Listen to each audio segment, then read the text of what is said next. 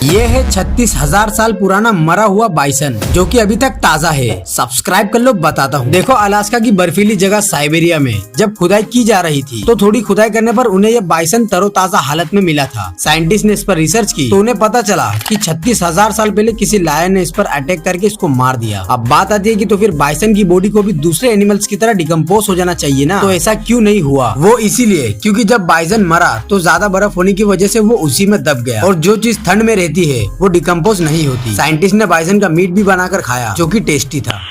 Nice.